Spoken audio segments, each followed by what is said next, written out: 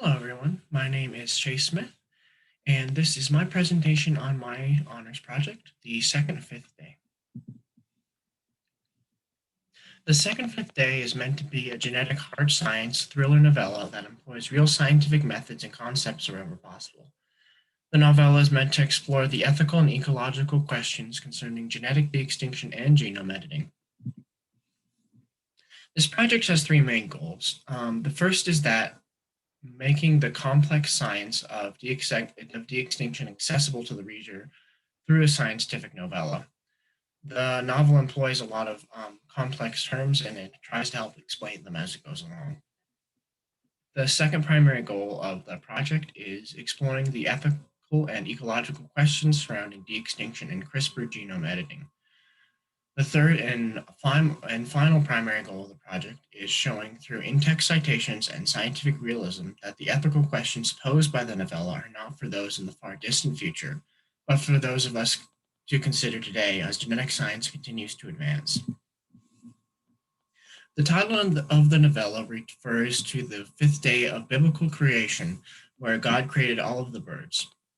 The second fifth day refers to the fact that instead of God creating birds, this time man is thus through the genetic de-extinction of a species of bird is creating the second fifth day on Earth. The novella's main plot focuses on the fictional de-extinction of the alotra grebe, a native bird to Madagascar which went extinct in 2010. Much of the science encountered in the novella is either true or based on current research being done by the world's leading geneticists. However, there are also portions of the story that are my own fabrications. At the end of the novella, I've included a section explaining what's true and what's not, and a challenge to the reader to consider the ethics of genetic modification and de-extinction.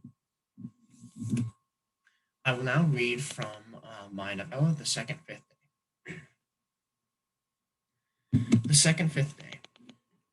Today was the day that Linda Wentworth, a 37-year-old laboratory technician, was going to die. She didn't know it, of course. Linda's thoughts ran with everything else going on in her life. All of her worries, hopes, and fears streamlined into a flowing river of consciousness. Linda's phone rang in her pocket, causing her to jump, briefly interrupting her contemplation. She swerved briefly into oncoming traffic, then pulled the black SUV back across the yellow line. Ignoring the irritated honking of the car behind her, she swiped the green symbol to answer. Putting both hands on the wheel, she propped the phone in the crook of her neck. Hello? No, I can't pick up Elise. I have to work late tonight. Dr. Cortez isn't happy with all the bad press we've been getting, and he wants us to pick up the pace. Linda flicked her blinker to pull into the turn lane. No, I already told you yesterday, and the day before that for that matter. You're just going to have to pick her up. David, I can't keep bailing you out every time something comes up. Linda forced down her temper as she pulled the SUV onto a side road that cut into a densely forested hill.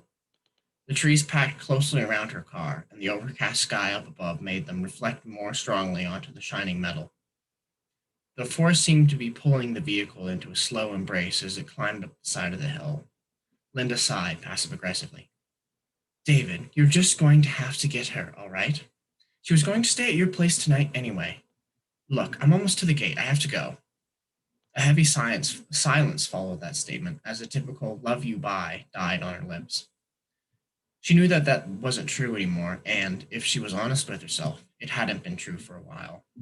Linda bit her bottom lip and managed to sputter out goodbye before rapidly pressing the red button. Forcing down the storm of emotions that threatened to overwhelm her, Linda rolled down her window and shoved her plastic ID underneath the scanner. After an informatory chirp from the scanner, two large metal gates in front of her car swung open with a soft groan. They revealed a large, white, boxy building with wide glass window panes and marble steps. A blue sign was in the expansive lawn out front with Day 5 Labs written in bold lettering.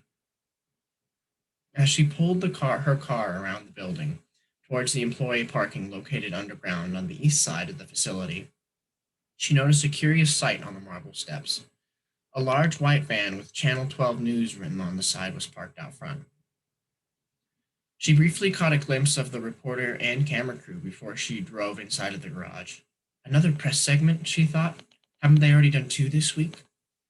The media had been worried about the ethics of Day 5 Labs ever since its opening, and now that they were close to completing their project, skeptical news teams and anti GMO activists had been showing up at their doorstep on a regular basis. The lab's website had become a portal for a host of nasty emails and even some threats, which were later determined by the police to not be credible. The bad press was one of the reasons that the ethics board was pushing them so hard. Investors didn't like having their names associated with words like unethical, environmentally destructive, and most importantly, GMOs. Linda eased the SUV into a space and slid the stick to pee. She put her head into her hands and gave a long, exhausted sigh. She missed how things used to be, how they used to be with David. She missed how things used to be with her work, when no one cared what they were doing, when no one wanted to see day 5 defunded, or worse. FBI agent Molly Jen Harris hated this part of dating. She didn't know if everyone hated this part of dating this much, but she really didn't see how any relationship could be worth all of this. She gingerly picked up her glass of wine, her fingers feeling the cold crystal stem. Swirling the overpriced white blend that was inside, she took a tentative sip, exaggerating the motion. If her date didn't show up soon, the waiter would have to ask her if she wanted a second refill. At that point, she should basically go home. Why does this always happen to me? She thought reluctantly, drumming her fingers on the tablecloth. She fought down rising tides of embarrassment as the waiter looked over in her direction again, trying to hide the fact that he was waiting to clear her table for two that was currently seating just one. He didn't do a very good job of it and let his eyes linger on the empty seat across from her a bit too long. Molly refrained from biting her nails, a nervous tic that she hadn't been able to banish despite nearly 30 years of trying. You know, I was pregnant when I was 30, her mother's shaky voice crept into her mind, despite her attempts to banish it. Over the last few years, her parents' gentle suggestions about dating and finding a man had become a little less gentle. Molly still cared for her parents deeply, but she hated how old they made her feel sometimes. Just because you're in your 30s didn't mean that you couldn't find love. That was ridiculous. Not everyone needed to have 4 children by the time they were 18. Not everyone could be charming on a first date. Not everyone had to be good at everything. Molly set her jaw and took another sip of wine, a more confident sip this time. So what? She thought. Another date, another no-show. Better than an hour of awkward dinner conversation. She should be glad her date was a no-show. Who needed Tom Baxter, or whatever his name had been? Another bitter drink of wine slid down Molly's throat, burning in the soft but intense way that wine burned. Molly pulled her phone out of her fancy purse, the one that she only used on the occasional boring, or sometimes disastrous, date. Scrolling past a bunch of irrelevant notifications, she found what she had been looking for. Opening the dating app, she slid over to the chat window and reread over her messages. Here, in the back corner, by the window. All of them still showing unread. She sighed and began to type out, "Are you still coming?" but quickly deleted the text, fighting rising tides of embarrassment inside her. Molly hated how incompetent this aspect of her life made her feel. She had been rigorously trained in firearms, espionage, and problem solving, and knew how to spot minuscule details in a crime scene, and could run faster than most women 5 years younger than her, and had spent 50 plus hours a week perfecting herself for her career as an FBI agent. How could she be so good at so many things, but still so bad at this thing? Molly had made it a point to avoid most anything that didn't come naturally to her, which turned out to be most everything but her job. All her life, she had despised the feeling of being incompetent, of not being good at something straight away, of not being able to save the people she cared about. Molly banished this thought, shaking her head and taking a quick nibble out of her right thumbnail. She sighed and, reluctantly, drained the last few sips of her wine. The waiter casually but not so casually strolled over to her table. "Would you like to look at the dinner menu, ma'am?" the waiter said politely, his small hands folded in front of him. He was young, early 20s, probably still in college. Molly reached for her credit card and slid the blue piece of plastic across the white tablecloth. The waiter glanced at the empty seat across from her and took the card without a word. The table vibrated slightly as her phone buzzed. Work emails. Not confidential ones, of course, but that meant that her evening was going to be all the more boring. Her eyes stopped on a particular email. A small groan of annoyance escaped her as she opened the notification that read, "Reminder, personal evaluation." The FBI's policy on maintaining good mental health seemed very noble on paper, but Molly mostly considered the mandatory meetings to be both personally invasive and unnecessary. Her partner, Agent Barnes, always seemed to be good at these things, but who wouldn't like someone telling them that they were one of our most capable agents? Josh Barnes enjoyed a lot of things that other people didn't, however, including racquetball, doing his taxes, and bird watching of all things.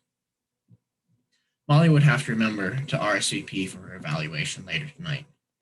Next Tuesday is going to be a blast, she thought sarcastically as a waiter dropped her credit card on the table, along with a receipt and a black pen. After signing away her consent to pay $15.67 on overpriced wine, she got up from the table and pulled her brand new dress further down her legs. I knew it was too short, she thought with annoyance. Pulling on her large overcoat for the chilly April weather, she walked as confidently as she could out of the restaurant. Molly hoped that something interesting would happen at work this week. At least that might take her mind off the ridiculous activity that was dating. Linda had been scared before. She remembered skydiving with David on their honeymoon in Jamaica. Back when she still loved David, anyway. He had wanted her to go with him, even though she had been apprehensive about the idea. The plane ride had been bumpy at best, and she could still remember the way the sky opened out into nothing just beyond the plane's wingtips. Just before the jump, she thought she would pass out or cry. She hated it whenever she let David see her cry, so she jumped. But now she was on the ground, safe yet so afraid at the same time, in so much danger. How she wished she could be skydiving right now. Glass shattered above her head with a resounding crack as another bullet took another life. She huddled down behind the lab bench, her hands trembling. Then all the lights in the facility went out. No power, no alarm. No alarm, no help. Somehow the intruder had disabled even the backup generators in the basement. Her fingers dug frantically inside of her lab coat, and they felt the smooth case of her phone. The soft blue screen illuminated her face in the dim room, and her trembling fingers again dialed a 9 and 2 ones. Still nothing. She was on her own. The footsteps in the next room grew louder, and shouts were heard from the other side of the door. She looked up at the large blue poster next to her. It showed a wide shot of a marshy lake with a grayed out silhouette of a waterfowl in the center. The words "Missing, have you seen me?" were above the lake in large, bold letters. Next to it was a large poster of a fossil seemingly coming to life in the form of a bird, its feathers lifting away from the rock. "The second, fifth day?" the poster read. The light of another gunshot briefly illuminated the posters, and a resounding crack followed, causing Linda to start. More shouts came from the next room, echoing in through the destroyed pane separating the laboratory and the observing room. Linda looked back at the posters hung on the wall next to her, and then she looked down a hallway leading off to her left. Clenching her fists, she ran as fast as she could as another gunshot exploded behind her. She burst into a stuffy room filled with softly glowing monitors and computer banks. Gently floating DNA helices were on all the screensavers, bobbing up and down in a soft motion. Linda ducked underneath a nearby workstation, pulling the chair in front of her in order to further conceal her. She tried to slow her breathing, but it felt like there was no oxygen in the room. Another gunshot sounded in the hallway beyond with a resounding crack. The flash lighting up the dark computer room. Linda's fingers instinctively moved to touch her wedding ring in the pocket of her lab coat, but they felt nothing but soft cloth as she had stopped taking it to work. Footsteps sounded outside, but they weren't fast. They were slow, meticulous, casual even. Linda gripped the empty pocket of her lab coat tighter, trying to imagine the small golden ring was still there. Tears blurred her vision as pictures of her daughter, Elise, swam in her mind. She could see her little brown curls bobbing up and down as she danced a ring around the rosy for the 100th time. The door to the computer room opened with a click, and Linda braced herself for the coming gunshot. After a few moments of silence, she cracked an eye open. They, whoever they were accessing a terminal, a password-protected terminal. She couldn't see much of anything in the dark. but what she did see made her blood run cold. Glowing on the screen were the words Project Fifth Day spelled out in harsh black lettering. She held her breath, not daring to take her eyes off the screen. After what seemed like an eternity, the words "Download complete" quickly followed by "Delete all." A flash drive was ripped out of the computer, and Linda let out a small gasp as another gunshot was discharged directly into the computer's terminal. A small fire sparked to life behind the desks, and the room was soon filled with smoke. Just as the intruder got to the door, their footsteps paused. Linda's veins ran with ice water. A final gunshot resounded through the now empty laboratory. So that was the beginning of my novella, The Second Fifth Day. I will be posting the full PDF on the honors repository. And now for my acknowledgments. I would like to extend a very special thank you to my advisor, Dr. Heather Rothfuss, who took the helm of the genetics and science portion of this project. I would also like to thank the University of Wyoming Honors Program for all it has done for me, and my brother and graphic designer, Austin Smith, for the cover art. Thank you very much.